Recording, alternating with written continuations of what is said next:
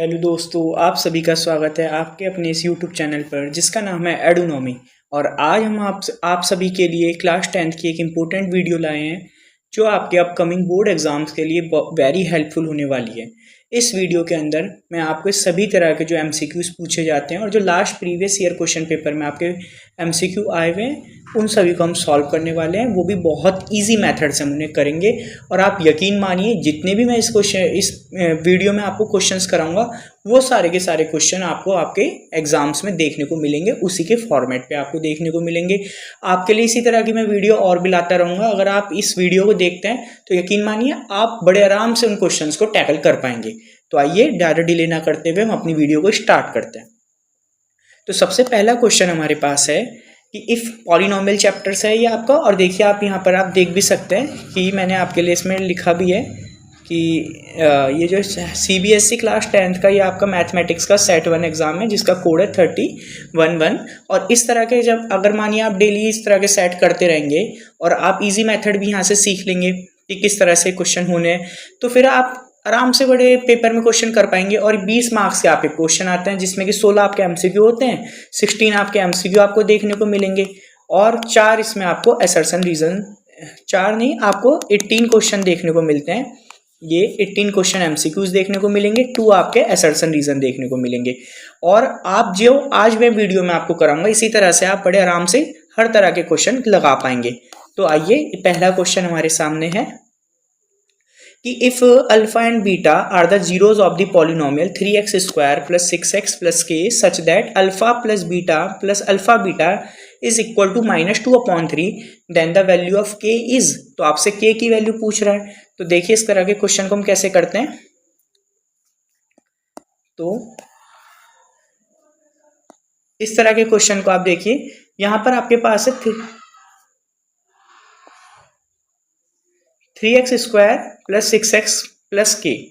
तो आपके पास है अल्फा प्लस बीटा आपको निकालना है और अल्फा बीटा की वैल्यू आपको -2/3 दे रखी है। तो देखिए आप जानते होंगे कि alpha plus beta is equal to होता है आपके पास -b/a।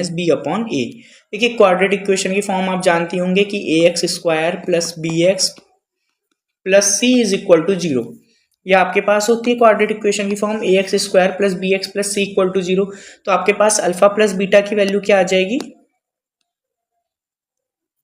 देखिए अल्फा प्लस बीटा की आपके पास वैल्यू आ गई -b/a। सेम हमारे पास जो होता है अल्फा माइनस बीटा की जो वैल्यू होती है वो हमारे पास होती है, जैसे बस मार्कर को हम सेट कर लेते हैं पहले अपने। देखिए अल्फा,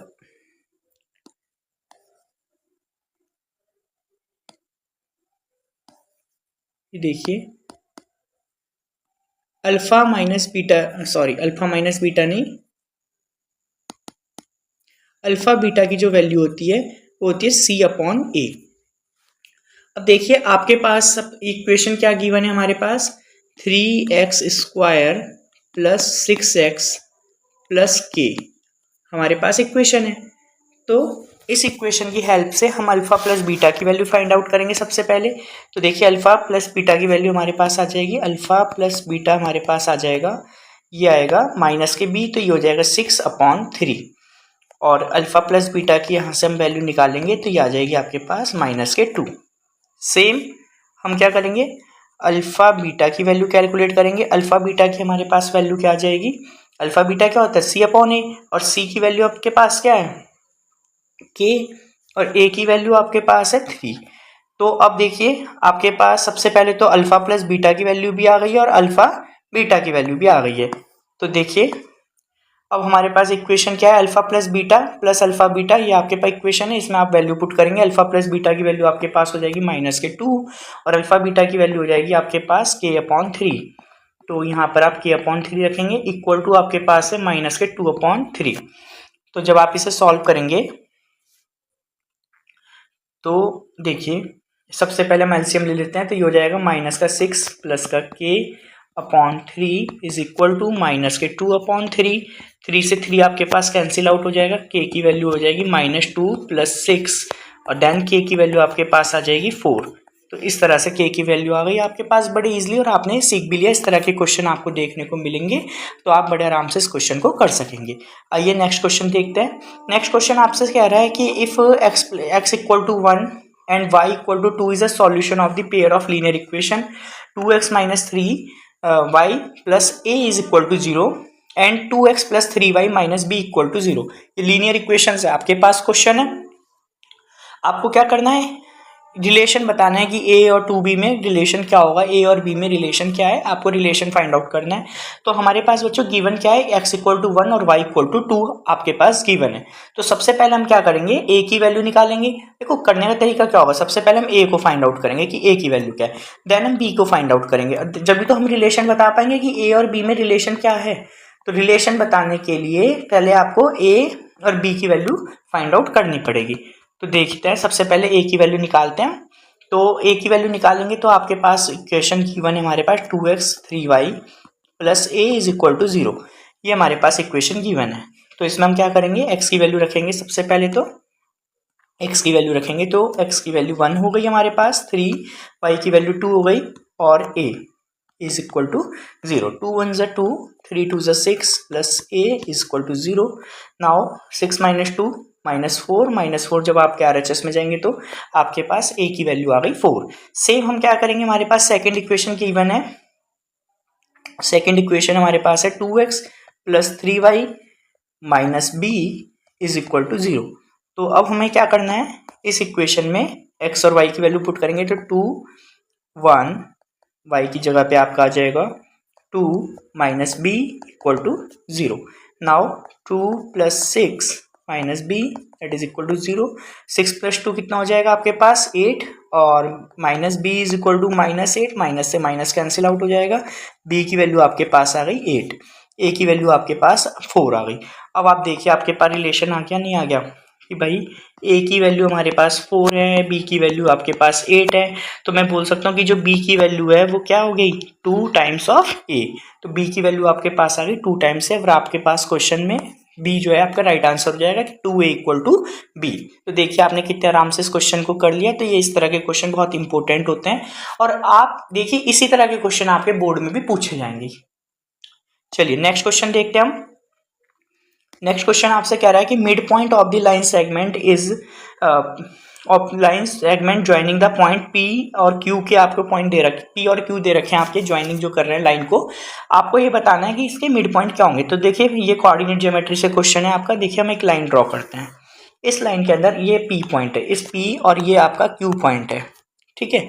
अब देखिए P के जो कोऑर्डिनेट आपके पास है वो -4 और 5 है, Q के कोऑर्डिनेट आपके पास 4,6 हो जाएंगे। अब आपको कह रहा है इसके मिड पॉइंट बताने, मान लेते हैं कि ये कोई S पॉइंट है, आपको इसके मिड पॉइंट बताने, S के कोऑर्डिनेट बताने हैं।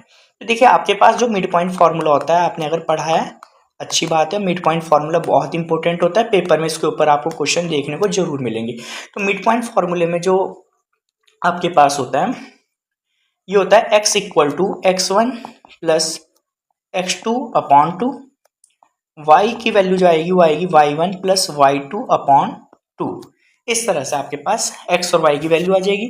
तो इस क्वेश्चन के लिए अगर हम करते हैं, तो इस क्वेश्चन के लिए अगर हम x की वैल्यू निकालेंगे, s के कोऑर्डिनेट में x की वैल्यू फाइंड आउट करेंगे तो ये हो जाएगा 4 plus -4 upon 2 that is equal to 0। भाई 4 -4 0 होता है तो 0 हो जाएगा। और सेम आपके पास जो आएगा y equal to y1 that is 6 -5 है आपके पास, ये हो जाएगा 5 plus 6 upon 2 that is 11 upon 2। Okay, तो इस तरह से आप देखेंगे कि s के जो कोऑर्डिनेट है x, y, जो इसकी वैल्यू आ रही है वो आ रही है 0,11 अपॉन 2, और 0,11 अपॉन 2 इसका मतलब ये क्या हो जाएगा आपके पास y एक्सिस। देखो x की वैल्यू तो 0 हो गई, तो y की वैल्यू ये होगी कुछ ना कुछ। तो y के जब आप ग्राफ प्लॉट करेंगे तो आपके पास y पे कुछ ना कुछ आंसर आएगा, तो इसका आंसर हो जाएगा y एक्सिस। तो देखिए नेक्स्ट क्वेश्चन है आपके पास, if theta is an acute angle 7 + 4 sin theta equal to 9 then find the value of theta. ये ट्रिग्नोमेट्री का क्वेश्चन है, बहुत इजी सा क्वेश्चन है। देखो यार आपको 7 + 4 sin थीटा इक्वल टू 9 दे रखा है, आपसे पूछ रहा है कि थीटा की अप्रोप्रिएट वैल्यू बताओ। देखो सबसे पहले हम इसमें क्या करते हैं, हम क्या करते हैं, इसमें वैल्यू जो आपके पास ऑप्शन गिवन है 90, 30, 45, 16 है, हम पुट करके देखते हैं। तो देखो साइन 90 की जो वैल्यू होती है वो कितनी होती है, आप सभी जानते होंगे, साइन 90 की वैल्यू 1 होगी। अगर आप देखेंगे तो 7 + 4 × 1 दैट इज कितना हो जाएगा, 9 होगा कि नहीं होगा, ये 11 हो जाएगा, जो कि नॉट इक्वल टू 9। तो इसका 90 तो नहीं हो सकता। अब आप 30 रखो तो 7, अब 30 आप रखते हैं तो साइन 30 की देखिए वैल्यू कितनी होती है, साइन 30 की जो वैल्यू होगी वो आपके सामने 1/2 होती है, आपको पता ही है। तो 7 + 4 साइन 30 1/2, और इसकी जब आप वैल्यू निकालेंगे तो ये आपके पास आ जाएगा 9। तो आपने देखा कि 30 रखने पर हमारा जो आंसर है वो सेटिस्फाई कर रहा है। तो यहाँ पर जो अप्रोप्रिएट वैल्यू जो थीटा की हो जाएगी वो आपके पास कितनी हो जाएगी, 30 डिग्री। तो ये इस तरह से आपने बड़ी इजीली कर लिया क्वेश्चन। इस तरह से आपको कई क्वेश्चन देखने को मिलते हैं, तो आप ध्यान रखिए इसमें कोई आइडेंटिटी वगैरह कुछ लगाने की जरूरत तो है नहीं, आपको सॉल्व तो करके दिखाना नहीं है, जस्ट आपको इसका आंसर देना है, और एक क्वेश्चन भी बनाए इसी बेस पे होते हैं। चलिए तो नेक्स्ट क्वेश्चन हम देखते हैं। नेक्स्ट क्वेश्चन है आपके सामने, फिर से ट्रिग्नोमेट्री से क्वेश्चन है। देखिए तो यहाँ कह रहा है tan square theta minus 1/cos × sec theta की वैल्यू आपसे पूछ रहा है। तो करते हैं, चलिए। तो tan स्क्वायर थीटा, सबसे पहले हम ब्रैकेट सॉल्व करेंगे। जैसे हम जानते हैं tan स्क्वायर थीटा माइनस, जब आप ब्रैकेट सॉल्व करेंगे तो 1/cos थीटा, और sec थीटा को हम जानते हैं कि हम लिख सकते हैं 1/cos थीटा, और साइन tan स्क्वायर थीटा को हम लिख सकते हैं sine square theta upon cos square theta minus 1/cos square theta. अब आप देखिए डिनोमिनेटर सेम है तो cos स्क्वायर थीटा सेम रहेगा, ऊपर आ जाएगा sine square theta -1, that is क्या होता है, cos स्क्वायर थीटा। आइडेंटिटी आप जानते ही होंगे सर, कौन सी आइडेंटिटी ये भी बताइए। तो ये देखिए, ये आपके पास आंसर तो आ गया इसका 1। आइडेंटिटी आपने पढ़ी होगी, एक आइडेंटिटी होती है sine square theta plus cos square theta की वैल्यू जो होती है 1 होती है। तो आप यहाँ से देखेंगे कि cos स्क्वायर थीटा की वैल्यू आपके पास क्या आ जाएगी, तो 1 माइनस साइन स्क्वायर थीटा, जिस आइडेंटिटी को हमने यूज करा है। तो आपके पास राइट आंसर क्या हो जाएगा इसका, 1। आइए हम नेक्स्ट क्वेश्चन करते हैं। देखिए कितनी इजीली आप क्वेश्चन बना पा रहे हो, और आप कमेंट करके मुझे बताइएगा भी कि आपके कितने क्वेश्चन बने। देखिए अब क्वेश्चन आपके पास नेक्स्ट है, if HCF of two number that is 98 and 28 is m and LCM of 98 and 28 is n, then find the value of n minus 7m। अब आपको इसमें क्वेश्चन को करना है। यार देखो, आप HCF क्या होता है भाई, HCF हमारा क्या होता है बताओ, आप मुझे बताओ कि HCF क्या होता है। HCF होता है कि सबसे बड़ा ऐसे कौन सा नंबर होगा जो इस 98 को और इस 28 को दोनों को डिवाइड करेगा, ऐसा सबसे बड़ा नंबर कौन सा होगा। तो देखिए आप देखिए 28 सबसे बड़ा अगर हम नंबर मानते हैं तो 28 को 28 डिवाइड करेगा, पर क्या 28 98 को डिवाइड करेगा, बिल्कुल भी नहीं। अब आ जाइए छोटा नंबर 14 देखिए 14 98 को डिवाइड करेगा, यस करेगा 7 टाइम्स। 14 के 28 को डिवाइड करेगा, बिल्कुल करेगा। तो इसका जो HCF हो जाएगा, सबसे बड़ा जो नंबर हो जाएगा HCF कितना हो जाएगा इसका, 14। अब आप देखिए HCF आपके पास निकल के आ गया। अब आपको HCF निकालने के लिए इसमें मेहनत नहीं करनी पड़ेगी, अब हमें निकालना है इसका LCM। तो देखिए आप एक आइडेंटिटी जानते होंगे, सर कौन सी आइडेंटिटी बताइए। देखो ये आइडेंटिटी के ऊपर आपके क्वेश्चन जरूर आते हैं, और ये भी इसी के बेस पे है, HCF × LCM। ये ध्यान रखना, ये बहुत इंपॉर्टेंट आइडेंटिटी है और इसके ऊपर क्वेश्चन आपको जरूर देखने को मिलेंगे। HCF × LCM is equal to क्या होता है, A × B। A × B means sum of multiple product of two number. तो आपके पास देखिए HCF आपके पास आ चुका है 14, LCM आपको फाइंड आउट करना है, और A की वैल्यू आपके पास है 98 और B की वैल्यू आपके पास है 28। तो आप LCM बड़े इजीली से निकाल सकते हैं। तो 98 × 28 अपॉन 14, 14 से 28 कैंसिल आउट होगा 2 टाइम्स, और 98 की जब आप 2 से मल्टीप्लाई करेंगे तो 200, 200 में से 4 गए तो 196 आपके पास LCM आ जाएगा। अब आपसे क्या कह रहा है वो, आपसे सॉल्व करने को कह रहा है वो कि फाइंड आउट करिए n-7m की वैल्यू निकालनी है। तो यार देखो LCM जो था वो आपके पास, LCM जो था वो n था, तो n की वैल्यू तो आपके पास आ गई, और HCF क्या था आपके पास, m था, तो m की वैल्यू भी आपके पास 14 आ चुकी है। तो now you have to find the n-7m। तो करते हैं, चलिए। तो n की वैल्यू आपके पास हो जाएगी 196 माइनस 7 × 14, और जब आप इसे सॉल्व करेंगे तो 7 4 जो ये हो जाएगा आपके पास 8 और 98 हो जाएगा, और जब आप इसे सॉल्व करेंगे तो 16 में से 8 गए तो 8, ये बचा आपके पास 18, 18 में से 9 गए तो ये आपके पास आ जाएगा 98। तो इसका राइट आंसर हो जाएगा आपके पास option number C 98। I hope आपको वीडियो अच्छी लग रही होगी और आपके क्वेश्चन आप खुद भी बना के देख रहे होंगे। जो नहीं बन रहे होंगे वो आपको यहाँ वीडियो में से देखने को समझने को मिल रहे होंगे। और चलिए नेक्स्ट क्वेश्चन करते हैं। नेक्स्ट क्वेश्चन कह रहा है, ये आपका सर्कल चैप्टर से आगे देखिए, कहता है क्वेश्चन में ये, the tangent draw at the extremities of the diameter of a circle are always. अब देखिए कुछ क्वेश्चन बच्चों के तो ऊपर से क्या होगा ये क्वेश्चन, तो मैं आपको बताता हूँ इस क्वेश्चन को हम कैसे करेंगे। हम एक सर्कल ड्रॉ करते हैं सबसे पहले तो। अब ये देखिए सर्कल हमने ड्रॉ किया।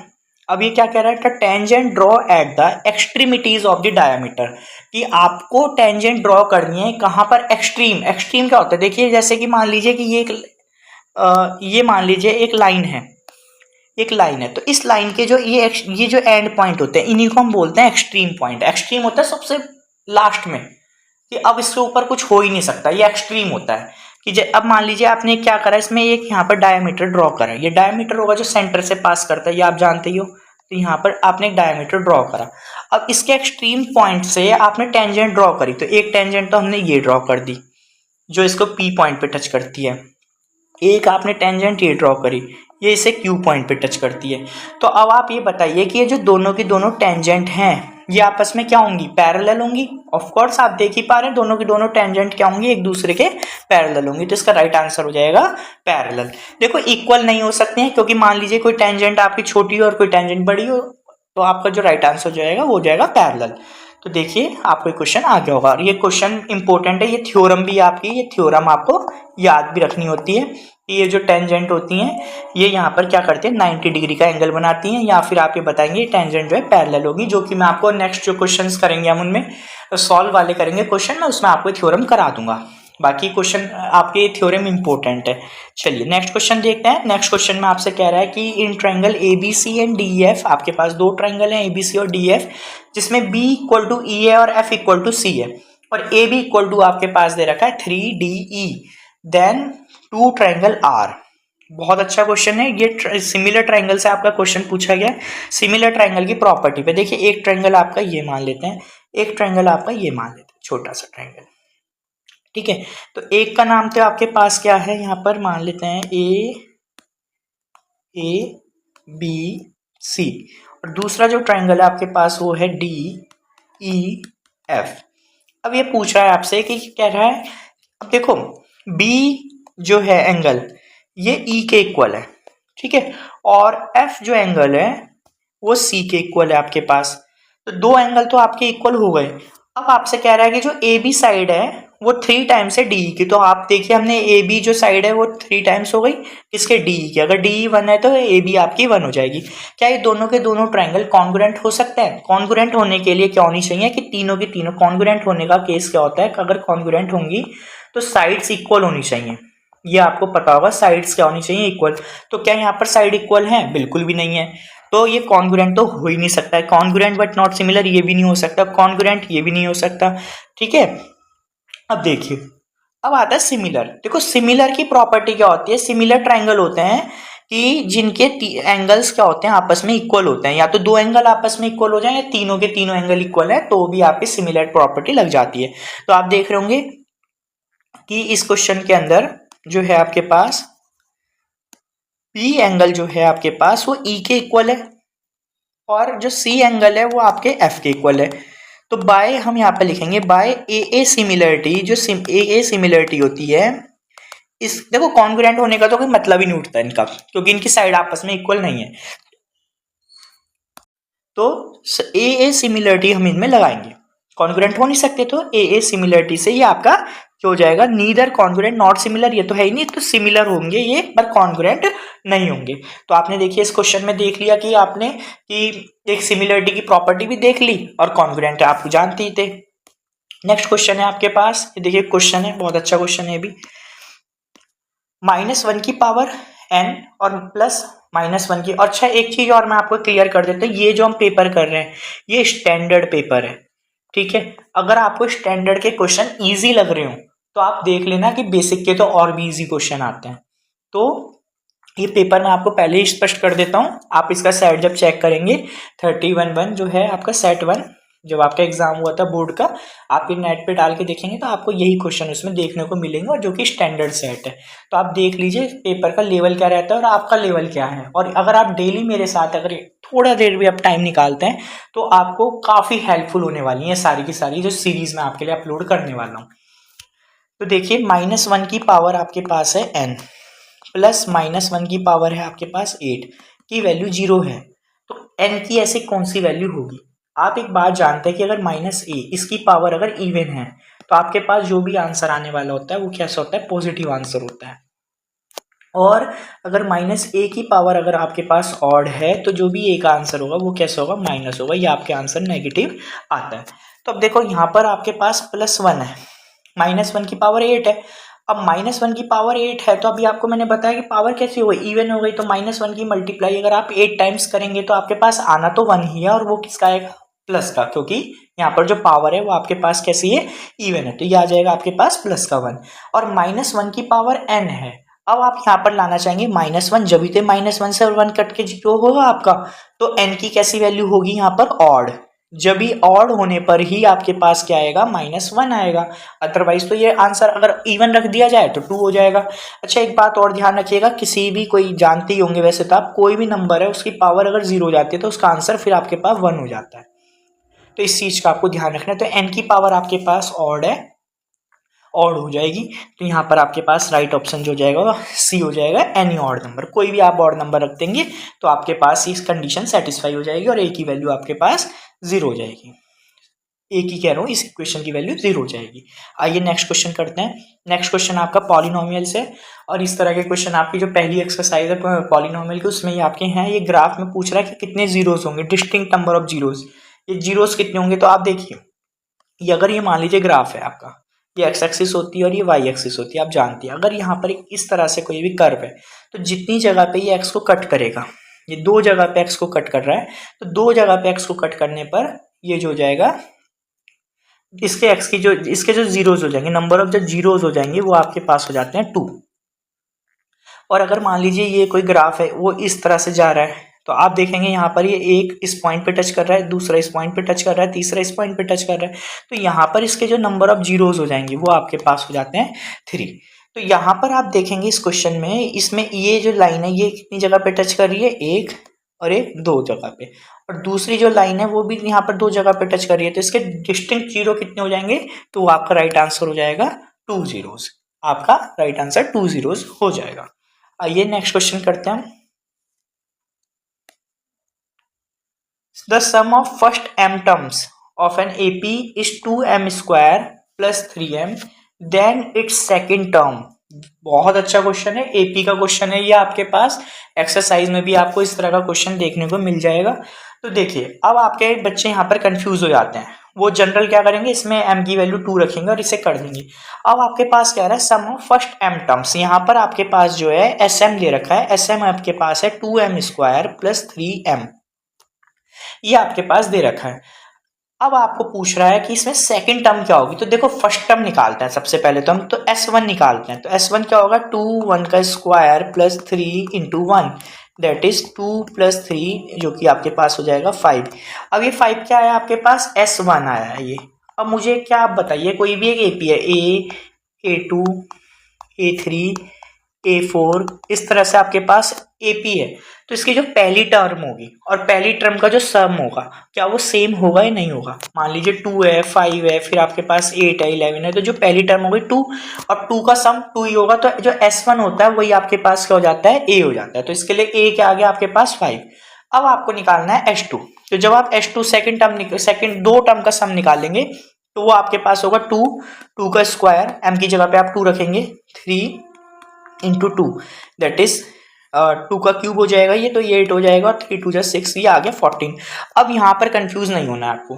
अब ये जो 14 है ये क्या है? आपकी जो पहली सम थी 5 और जो दूसरी कोई टर्म होगी A2, इन दोनों को जोड़कर आपके पास 14 आया है।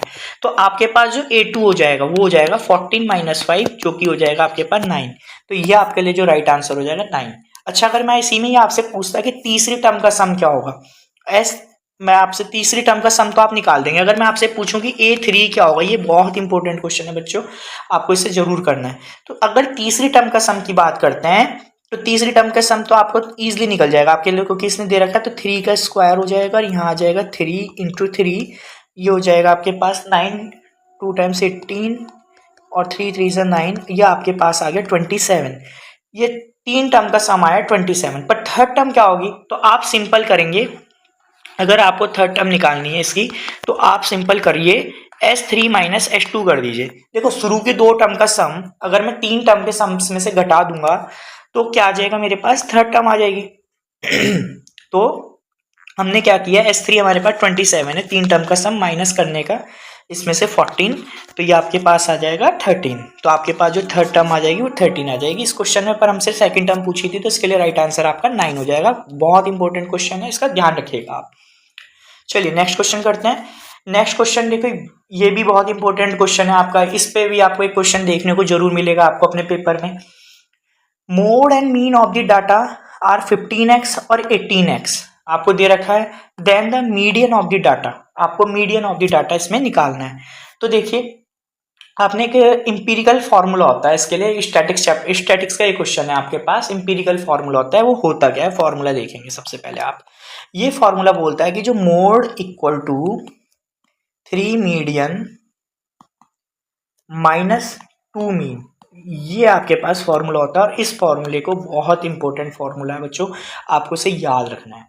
अब देखिए आपसे पूछ रहा है मीडियन, मोड आपके पास कितना दिया हुआ है। अगर हम क्वेश्चन पे बात करते हैं तो मोड आपके पास दिया हुआ है इसमें 15x, 3 टाइम्स मीडियन आपको फाइंड आउट करना है। तो 3 मीडियन को हम कैपिटल M लिख लेते हैं, माइनस 2m, 2 मीन आपके पास मीन है 18, तो 15x ये आपके पास हो जाएगा 36, 18 टू 36 प्लस के यहाँ 36x आ जाएंगे और ये 3m। अब आप इन्हें ऐड करेंगे तो ये हो जाएगा आपके पास 41 और 51x/3। अब अगर आप मीडियन आपके पास आ जाएगा 17x, तो 17x आपके लिए इसका मीडियन आ गया। तो ये आपने देखा होगा, बड़ी इजीली आपने कर लिया, पर उसके लिए आपको ये याद होना चाहिए। नेक्स्ट क्वेश्चन है, अ card is selected at random from a deck of 52 playing card, the probability of it being a red face card. देखिए अगर आपको पता ही है कि कार्ड में जो होते हैं आपके पास 52 कार्ड होते हैं, जिसमें 52 कार्ड होते हैं आपके पास, जिसमें 26 क्या होते हैं, ब्लैक होते हैं, और 26 ही आपके पास क्या होते हैं, रेड कार्ड होते हैं। ठीक है। और अगर मैं फेस कार्ड की, देखिए फेस कार्ड की अगर हम बात करते हैं तो फेस कार्ड आपके पास होते हैं किंग, क्वीन, जैक। ये ध्यान रखना, बच्चे कभी कभी कंफ्यूज हो जाते हैं, वो एस को भी फेस कार्ड मान लेते हैं, जबकि एस जो इक्का होता है वो आपका फेस कार्ड नहीं होता। किंग, क्वीन और जैक आपके पास तीन कार्ड होते हैं जो कि फेस कार्ड होते हैं।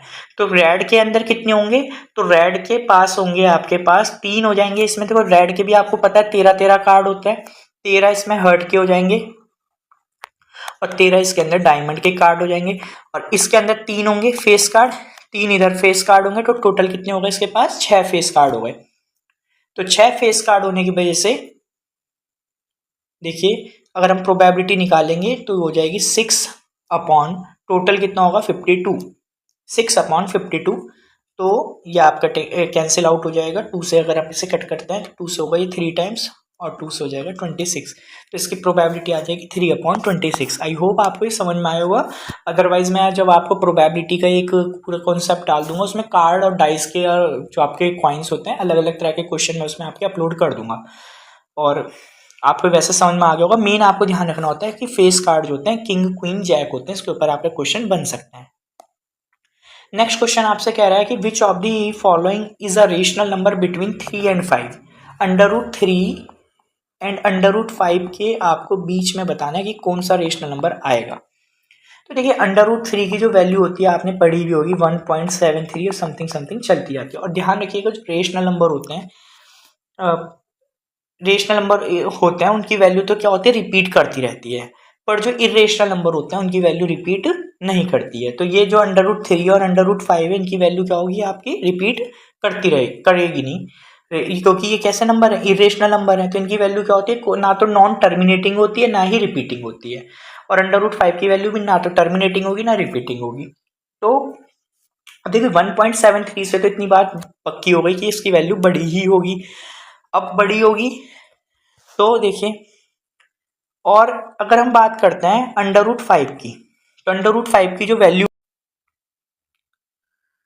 तो √5 की वैल्यू, अच्छा मैं आपको एक बात बताता हूँ, ये जो छोटे छोटे नंबर होते हैं ना, ये देखो अगर आप √5 का करोगे ना तो 2.5 आएगी इसका हाफ करके, तो हमेशा इसकी वैल्यू जो होगी वो 2.5 से कम ही होगी और वो रिपीट भी नहीं करेगी। अगर आप बी ऑप्शन देखेंगे तो 2.5 से कम है 2.32, पर यहाँ पर जो 6 है वो क्या कर रहा है, रिपीट कर रहा है, तो ये आपकी जो वैल्यू होगी ये नहीं होगी। इतनी तो बात आपको समझ में आई, ये बी जो होगा आपका नहीं होगा। और वैसे भी √5 की अगर आप वैल्यू निकालते हैं तो वो 2 पॉइंट जो होती है 2.23 के समथिंग होती है, 2.23 और रिपीट, तो 32 तो क्या हो जाएगा, √5 से ज्यादा हो जाएगा। और 1.41 जो होगा ये 1.73 से कम हो जाएगा, तो ए ऑप्शन भी नहीं होगा, बी ऑप्शन भी नहीं होगा। और पाई की वैल्यू तो आप जानते हैं, ये पाई है, पाई की वैल्यू ये पाई है, पाई की वैल्यू तो आप जानते थे, ये भी 3.14 और चलती जाएगी आपकी वैल्यू। अच्छा, पाई भी एक ऐसा नंबर होता है, इरेशनल नंबर होता है, ये बात आपको ध्यान रखनी है। तो इसका जो राइट आंसर हो जाएगा वो डी है। और आप देख रहे होंगे ये जो नंबर है ये टर्मिनेट भी हो जा रहा है, 1.857142, और इसके आगे कोई भी डिजिट नहीं है, तो ये टर्मिनेटिंग नंबर है। और 1.73 से बड़ा और 2.23 से छोटा है, तो इसके बीच का नंबर आपके पास आ गया।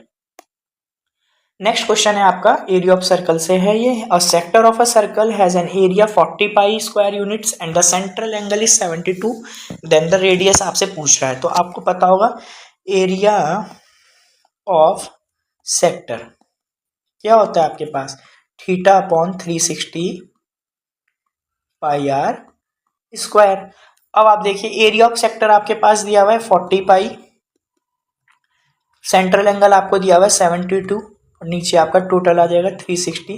पाई की आप वैल्यू रखेंगे नहीं क्योंकि आपके पास LHS में भी पाई है। आर स्क्वायर आपको फाइंड आउट करना है, तो देखिए पाई से पाई कैंसिल आउट हो जाएगा, और 36 के टेबल में आपका आता है 72 टू टाइम्स, तो 30, ये नीचे आपके पास 10 आ जाएगा, ये आ जाएगा 1, ये आएगा 5। तो आप देखेंगे 40 into 5 equal to r square, और 40 की जब आप करेंगे तो ये आ जाएगा 200 आर स्क्वायर। आपके पास आर की जो वैल्यू आएगी वो आएगी 200 अंडर रूट में, 2 आपका जो है अंदर आ जाएगा, और 100 का आपको पता है 10 होता है, वो बाहर आ जाएगा। तो आपके पास आ गई आर की जो वैल्यू आ गई वो आ गई 10√2 यूनिट्स। सेंटीमीटर नहीं आएगा, यूनिट्स आएगा, क्योंकि आपको दिया हुआ नहीं है इसमें कुछ, तो ये आपके पास आ जाएगा 10√2 यूनिट्स, इसका राइट आंसर हो जाएगा। अब देखिए नेक्स्ट क्वेश्चन। नेक्स्ट क्वेश्चन आपका फिर से सर्कल से चैप्टर से है ये।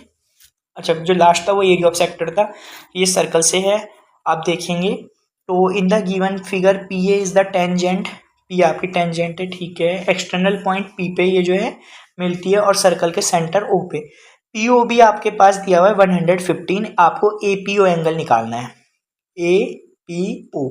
ये देखो इसमें आपको ध्यान रखना है, यहाँ पर जो टेंजेंट ये जैसे सर्कल है आपका, मान लीजिए सर्कल है आपका, सर्कल ड्रॉ करते हैं, एक यहाँ पर बहुत इंपॉर्टेंट थ्योरम यूज में आती है आपकी, उस थ्योरम को आपको देखना है। ये सर्कल है मान लीजिए, अब ये इस पे कोई टेंजेंट जा रही है, मान लीजिए टेंजेंट है इस पी पॉइंट पे से टच करती है, और ये इसका सेंटर है।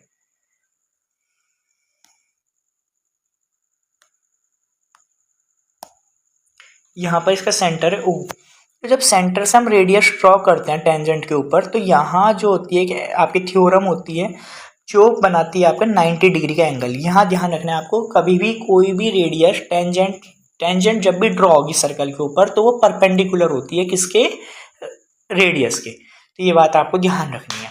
तो यहाँ भी आप देखेंगे तो ये जो ओ ए है ये रेडियस हो जाएगी, तो यहाँ पर बनाएगा 90 डिग्री का एंगल बनेगा। अब अगर आप देखते हैं ये 115 है, तो अगर आप यहाँ देखेंगे तो पूरे का पूरा कंप्लीट बन जाएगा 180 का एंगल, तो 115 और कितना हो जाएगा ये 65, यहाँ 65 डिग्री आ जाएगा। आप कैसे आया सर, ये देखिए लाइन पे आपको पता है ना लीनियर पेयर बनता है, अगर एक आपका 115 है तो दूसरा कितना हो जाएगा 65 होगा, जब भी तो आपका 180 बनेगा। 180 में से आप घटा देंगे तो ये आपके पास 90 आ गया, एक आपके पास 60 आ गया। अब आपके पास जो मेन जो एंगल था APO, इसकी वैल्यू कितनी हो जाएगी? देखिए ट्राइंगल बन रहा है ना, ये APO जो है ट्राइंगल बन रहा है। एक एंगल आपका 90 डिग्री का हो गया, दूसरा आपके पास 65 डिग्री का हो गया, तीसरा आपको निकालना है। टोटल आपको पता है एंगल जो होता है ट्राइंगल का सम ऑफ एंगल कितना होता है? 180 होता है। तो ये हो जाएगा आपके पास 155। जब आप 155 को 180 में से आप घटाएंगे तो आपके पास कितना आएगा? 25। तो ये आपके पास आ जाएगा 25 डिग्री, राइट आंसर हो जाएगा।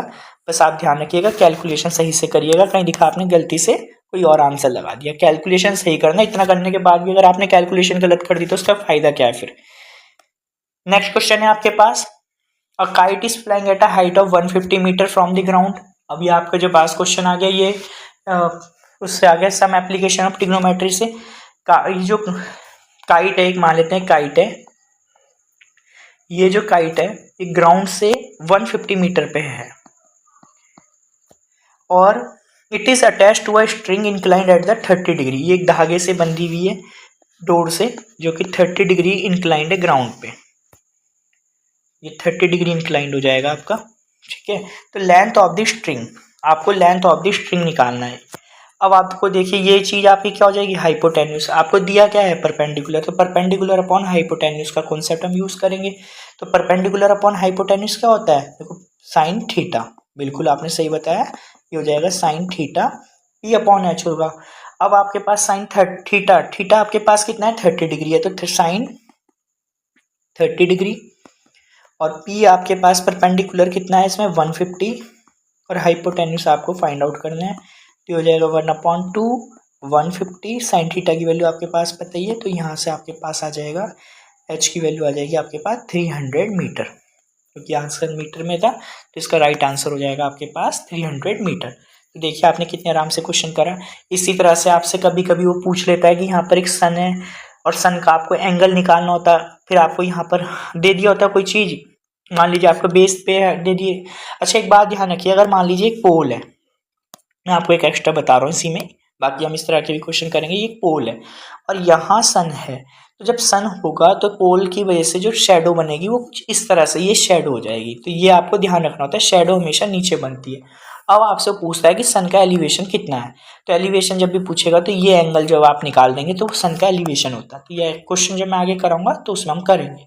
चलिए नेक्स्ट क्वेश्चन है, a piece of wire 20 centimeter long is bent in the form of an arc of a circle, radius 60 pi upon pi, then the angle subtended by the arc at the center of the circle।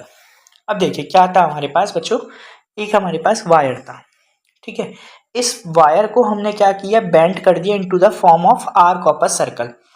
अब हमने क्या बना, इसे bend कर दिया कुछ इस तरह से। अब ये क्या बन गया? अगर हम बात करें, अगर पूरे इसे हम मिला दें तो ये क्या बन गया? एक सर्कल की आर्क टाइप से बन गया कुछ इस तरह से। अब आपसे बोल रहा है कि ये यहाँ सर्कल में आपको सेंटर पे एंगल कितना बनेगा अगर इसकी जो रेडियस जो बन रही है वो 60 अपॉन पाई है। तो आपके पास वायर की जो लेंथ है, ये जो वायर की लेंथ है यही सरकमफेरेंस हो जाएगी। बिल्कुल सर, सरकमफेरेंस क्या होता है? Boundary length of boundary. तो अब आपके पास देखिए लेंथ ऑफ आर्क हो जाएगी यहाँ पर ये 20। आपको एक फॉर्मूला आपने पढ़ा होगा, लेंथ ऑफ आर्क कितना होता है आपके पास? Theta upon 360 2 pi r. नहीं भी पढ़े हैं ये फॉर्मूले तो अगर आप इनके नोट्स बनाएंगे, हर एक क्वेश्चन को अगर आप करेंगे तो आपके 20 मार्क्स जो हैं ये कहीं भी नहीं गए आपके। इसी तरह से आपको डेली बस एक वीडियो देखनी है और क्वेश्चन की प्रैक्टिस करनी है। अब आपको देखिए कितनी अच्छी प्रैक्टिस हो जाएगी। फिर आपने अभी देखा था एक क्वेश्चन इसी के ऊपर था, वो था आपके पास एरिया ऑफ सेक्टर से रिलेटेड। यहाँ पर आपसे सेम वही क्वेश्चन चैप्टर से क्वेश्चन आता है लेंथ ऑफ आर्क से रिलेटेड। तो देखिए लेंथ ऑफ आर्क से रिलेटेड है, तो लेंथ ऑफ आर्क हमारे पास कितनी हो जाएगी? जो वायर, क्योंकि वायर को तो मोड़ के आर्क बनाई गई है तो वो हो जाएगी 20। थीटा आपको फाइंड आउट करना है तो थीटा आपका थीटा ही रहेगा, यहाँ 360 2 पाई जगह पे हम पाई रखेंगे और आर आपके पास है 60 अपॉन पाई। तो पाई से पाई कैंसिल आउट हो जाएगा, ठीक है। 60 डिग्री से आपका जो है 360 कटेगा 6 टाइम और 2 से ये कट जाएगा 6। 3 टाइम्स, तो यहाँ से जो थीटा आपका आएगा वो आ जाएगा आपके पास 60 डिग्री। थीटा की वैल्यू आपके पास 60 डिग्री आ गई। देखिए आपने कितने आराम से इस क्वेश्चन को कर लिया होगा। अब देखिए नेक्स्ट क्वेश्चन जो है आपके वो सॉल्व करने वाले हैं। ये जो सेक्शन बी के क्वेश्चन है आपके पास, तो नेक्स्ट वीडियो में हम इन सेक्शन बी और सेक्शन सी के क्वेश्चन को करेंगे। तो ये सारे क्वेश्चन मैं लाया हुआ हूँ इस पीडीएफ में, तो ये सारे क्वेश्चन हम करेंगे, बहुत इजी मेथड से करेंगे। तो इस वीडियो को हम इतना ही करते हैं और आई होप आपने काफ़ी इन्जॉय किया होगा, काफ़ी कुछ आपको सीखने को भी मिला होगा, नए नए कॉन्सेप्ट आपको देखने को मिलेंगे। और आप कमेंट करके बताइएगा कि आपने इन 18 क्वेश्चन में से कितने क्वेश्चन आपके सही गए। इसी तरह से मैं आपके लिए वीडियो लेते हुए आऊँगा। अगर आपको वीडियो पसंद आती है तो हमारे चैनल को लाइक कीजिए, सब्सक्राइब कीजिएगा, वीडियो को लाइक कीजिएगा और अपने फ्रेंड्स के साथ शेयर कीजिएगा। चलिए मिलते हैं आपसे नेक्स्ट वीडियो में। Thank you.